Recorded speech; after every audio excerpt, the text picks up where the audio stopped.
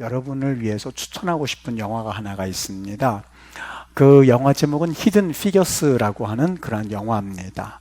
여기에 보면 3명의 천재성을 가진 흑인 여성이 나오거든요. 그 당시가 이 미국과 러시아의 치열한 우주 경쟁 가운데서 앞서거니 뒤서거니 하면서 누가 먼저 이 우주에 우주선을 쏘아 올리냐라고 하는 것이 첨예한 하나의 관심거리가 되었을 때의 상황입니다.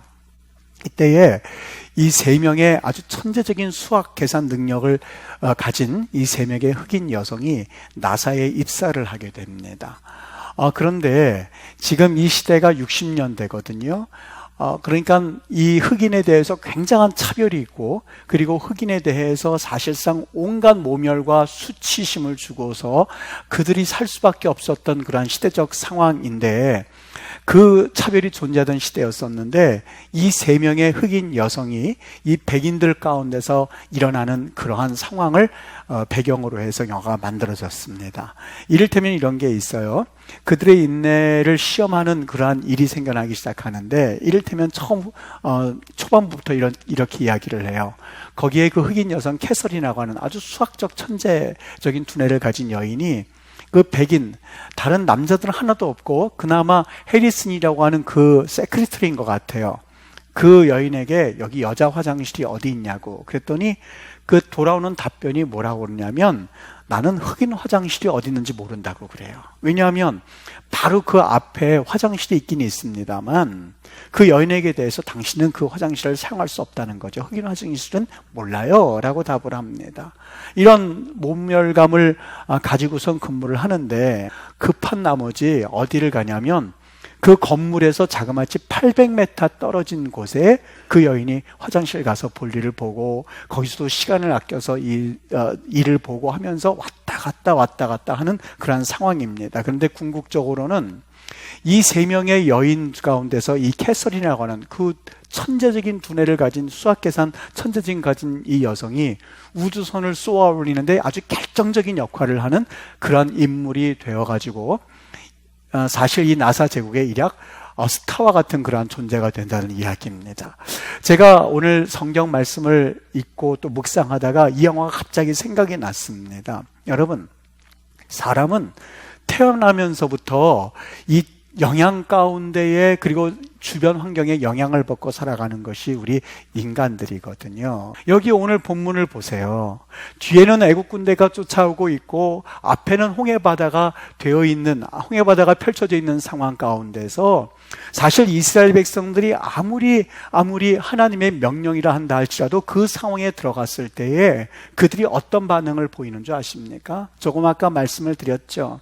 아무리 겉으로 보기에는 믿음이 있는 이라 한다 할지라도 특별한 상황에 처하고 또 그리고 어떤 예기치 못한 상황에 들어가게 되면 그 바닥을 보이기 마련이거든요. 여러분, 정말 주님께서 믿는 자 끝까지 믿는 자가 구원을 얻으리라고 말씀하셨고, 세상 끝날 이뤘을 때 믿는 자를 볼 수 있느냐라고 말씀을 했습니다. 여러분, 우리에게 참 중요한 경각심을 일으키는 그런 말씀입니다. 정말 우리의 믿음이 진실된 믿음이었는지, 아니면 그 믿음이 정말 금과 같은 정과 같은 믿음이었는지 우리는 한 번쯤은 되짚어 보실 수 있어야만 하거든요. 이스라엘 백성들이 그랬어요. 앞에는 홍해가 막혀져 있고 뒤에는 애국 군대가 쫓아오고 있었을 때에 그들이 어떤 반응을 보였는지 아십니까? 여기 14장 10절과 12절에 보면 이스라엘 자손이 심히 두려워하여 여호와께 부르짖었다 이렇게 말씀을 합니다. 혹자는 생각하기를 여호와께 부르짖었다, 그들이 기도했구만, 이렇게 생각해 볼 수 있는데요. 물론 거기 짜크란 말이 그런 뜻으로 사용된 때가 가끔은 있습니다. 그런데 12절과 13절에 보면 모세를 향하여서 애굽에 매장지가 없어서 우리를 이곳에 와서 죽게 하느냐, 우리가 애굽 사람을 섬길 것이라고 하지 아니하더냐라고 하는 그 말한 내용을 보면 이것은 기도의 내용이 아니었었어요. 여기서 말하는 짜크라고 하는 것은 자기 슬픔과 자기 연민과 그리고 그 모든 것에 견디지 못해서 울부짖는 상태를 일컬어서 짜크라고 말합니다. 여기에 과연 녹아지지 않을 사람이 어디 있겠습니까? 바로 모세가 그랬습니다. 이런 상황에 처했을 때에 그가 어떤 태도를 보이는지 아십니까? 13절과 14절 보십시오. 이렇게 말합니다. 너희는 두려워하지 말고 가만히 서서 너희를 위하여 행하시는 구원을 보라. 14절에는 여호와께서 우리를 위하여 싸우시리니, 여호와께서 우리를 위하여서 싸우시니 너희는, 여기 보면은요, 잠 가만히 있을지니라 라고 되어 있는데, 제가 한 주간 동안에 묵상했던 말씀이었었어요. 우연히 가만히 있을지나를 원문을 보다가 참 제가 한 주간 동안에 그 여운이 얼마나 남았는지, 여러분 가만히 있을지니가 여러분 어떻게 이해하십니까? 생각하기를 하나님께 싸우시니까 너희들 가만히 싸울 명령인 것 같죠? 아니요, 그 명령이 아니에요. 앞에 보면 두려워하지 말라라고 돼 있는데, 오늘 모세가 두 가지가 있거든요. 강한 어조가 있고 약한 어조가 있는데, 그는 약한 어조로 했어요. 무슨 얘기냐면 60만 명, 200만 명이 자기를 향해서 일순간에 애굽에 매장지가 없어서 죽이려고 하느냐, 우리가 애굽 사람을 따른다고 하지 아니하더냐 라고 달려드니까, 사실 이 아무리 사람이라 한다 할지라도, 하나님의 사람이라 한다 할지라도 사실 힘이 들었어요. 두려워하지 마라라는 것이 약한 어조로 되어 있어요. 좀 이렇게 타일런트한 어조예요. 그런데 14절에 그 생각을 하고 그가 과연 이런 명령을 했나 하고 보다 보니까요, 거기 무슨 말로 되어 있냐면요, 거기 잠잠할지니라가 원래는 벙어리 되어라란 말이에요. 이것이 여러분 두 번이나 강조가 되어 있으면서 너희들은 강조가 되어 있고 미완료태 미래형으로 되어 있어요. 제가 복잡한 이야기 다 생략하고 간단하게 말씀을 드릴게요. 이 말이 어떻게 되어 있냐면, 그대로 해석하면 너희들은, 여기 너희는 가만히 있을지니라 라고 되어 있죠. 너희들은 두 번이나 반복하고 벙어리가 될 거야 라고 하는 그러한 미래 형태예요. 여러분 이렇게 되어 있어요. 너희들은, 또 한 번, 너희들은 곧 벙어리가 될 거야, 벙어리로 만들어 입을 좀 다물게 될 거야 라는 이야기로 미래 형태로 되어 있어요. 제가 왜 여기서 감동을 받았는지 아십니까?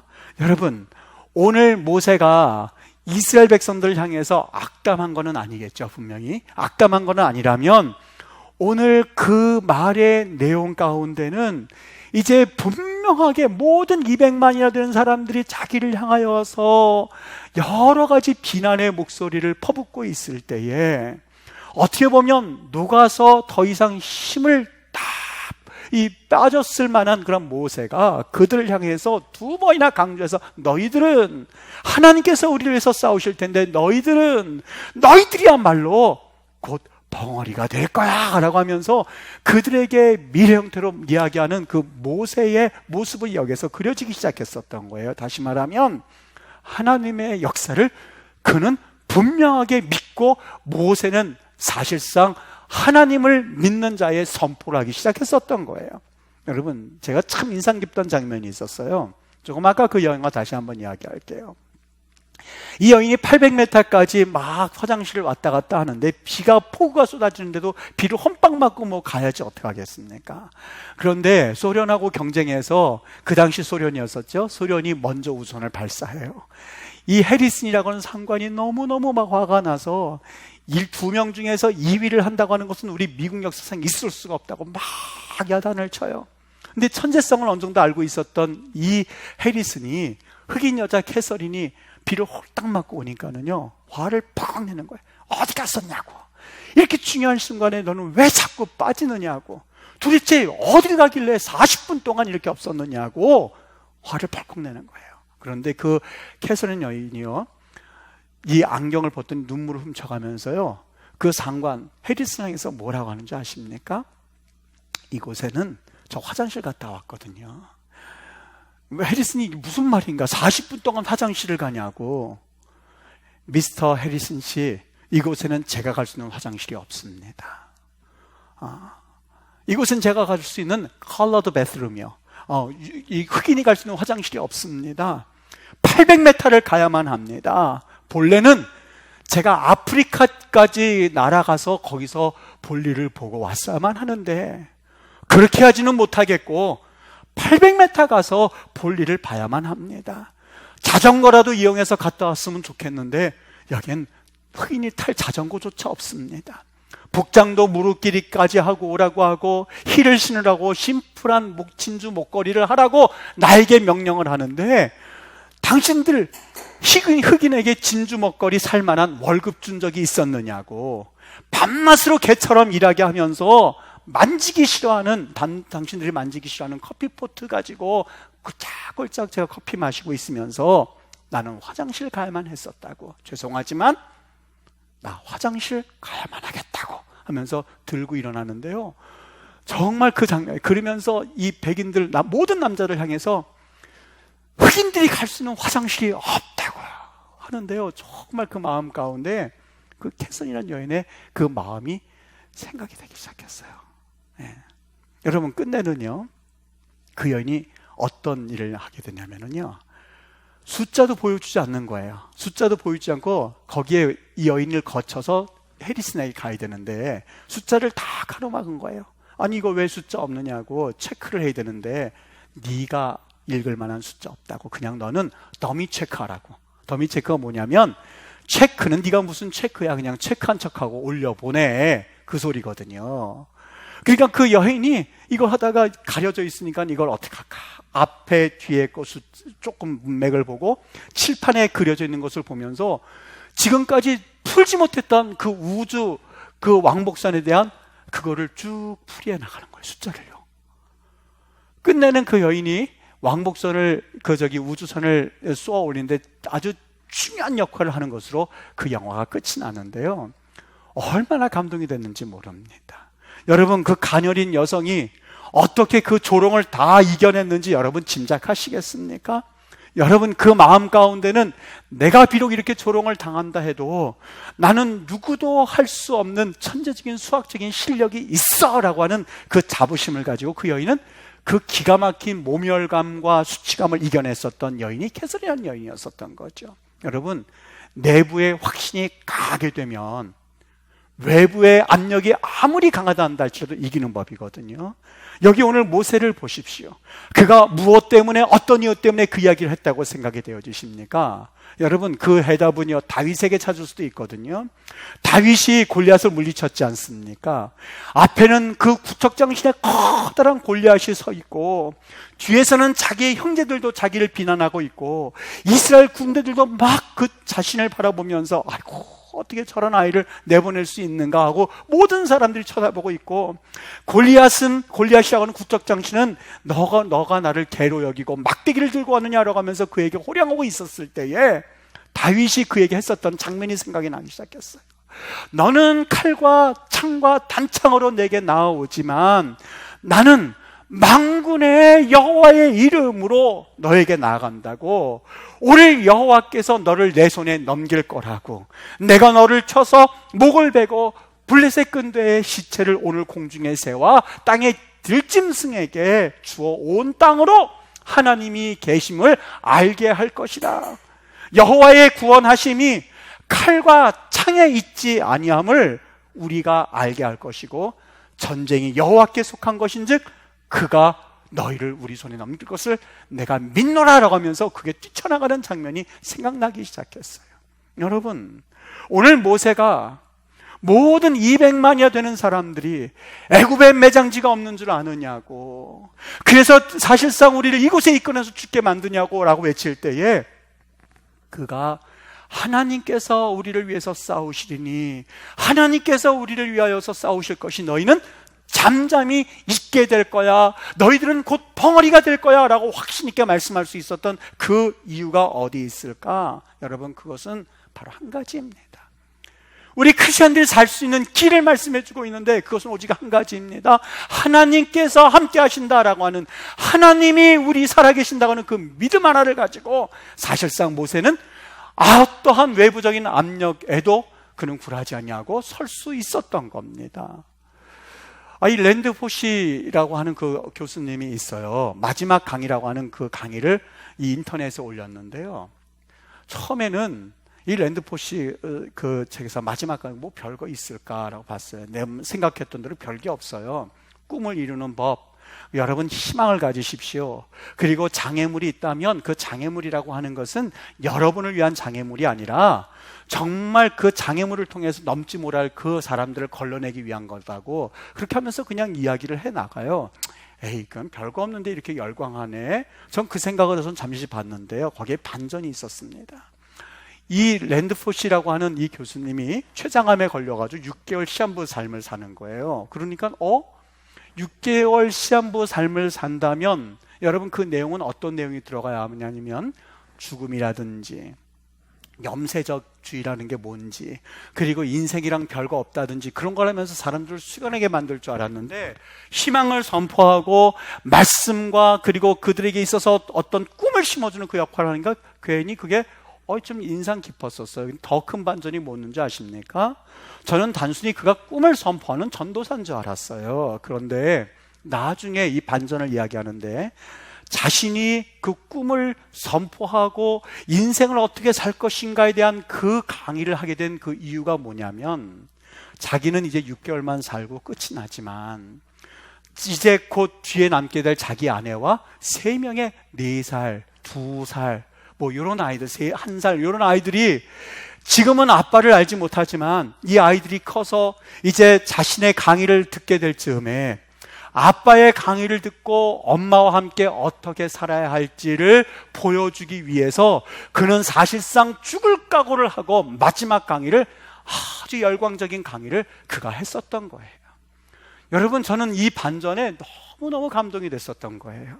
그가 그 강의를 할 수 있게 되었던 한 가지 원인이 있었다면 그것은 자신의 아이들이, 아니 적게는 자기의 아이들이라고 표현했습니다만, 이 땅의 소망을 잃고 이 땅에 어떻게 살아야 될지 방황하는 모든 이들이 그 강의를 듣고 자신을 희생해서라도 그들의 꿈과 희망을 주기 위한 그의 마음의 열망이 자신의 환경을 이기하고 있었구나 하는 생각이 들 때쯤에 막 감동이 물려들기 시작했었던 거예요. 여러분, 오늘 모세가 그러한 사람이었었어요. 물론 실수도 많은 사람이었었죠. 어떻게 보면 왜 저렇게 삶을 살지 하는 인생을 살았던 삶이 바로 모세였었습니다. 그런데 그 모세가 200만이나 되는 사람들이 너 왜 그렇게 살아? 애굽에 매장지가 없는 거야? 우리가 지금 한 애굽 사람을 섬긴다고 하지 않았어? 라고 할 때에 여호와께서 우리를 위해서 싸우실 것이니 너희들은 말이야 곧 벙어리가 될 거야. 하나님의 그 엄청난 역사를 보고 입을 다물게 될 거야 라고 하는 그 놀라운 선포를 보면서 얼마나 그 감동이 물밀듯이 밀려왔는지 모릅니다. 여러분, 이 땅을 살아갈 수 있는 한 가지 방법이 있습니다. 어떤 사람들은 금과 은이라고 말할 수 있습니다만 아니요. 여러분, 베드로가 그것을 보여주었어요. 사람들은 금과 은을 가지고 살지만 금과 은은 내게 없거니와 그에게는 남에게 없는 것 한 가지가 있었는데 바로 나사렛 예수 그리스도를 믿는 믿음 가운데 살고 있었음을 우리에게 보여주고 있거든요. 이 땅을 살아가면서 믿음, 여러분, 믿음이면 답니까? 그렇습니다. 믿음이면 다입니다. 믿으면 모든 것입니다. 오늘 성경에서 그것을 말씀해주고 있습니다. 200만이나 되는 사람들이 다 이제 애굽에 매장지가 없느냐고 그러면서 울부짖고 짜크할 때에 희망을 잃어가고 소망을 잃어가고 아무것도 없다고 말할 때 유일하게 믿음 가지고 있었던 모세만큼은 여호와께서 우리를 위해서 싸우실 것이니 너희들은 말이야 내가 한 가지 분명히 말하건대 너희들은 이제 곧 벙어리가 될 만큼, 지금까지 너희들이 마음껏 그렇게 이야기를 했지만 곧 얼마 안 남았어. 이제 곧 여호와께서 싸우실 것이니 너희들은 입을 곧 다물고 잠잠하게 될 거야 라고 하는 그 선포가 도대체 어디에서부터 비롯되었었겠는가? 여러분, 그 얘기는 하나님을 향한 믿음의 고백이 있었던 거예요.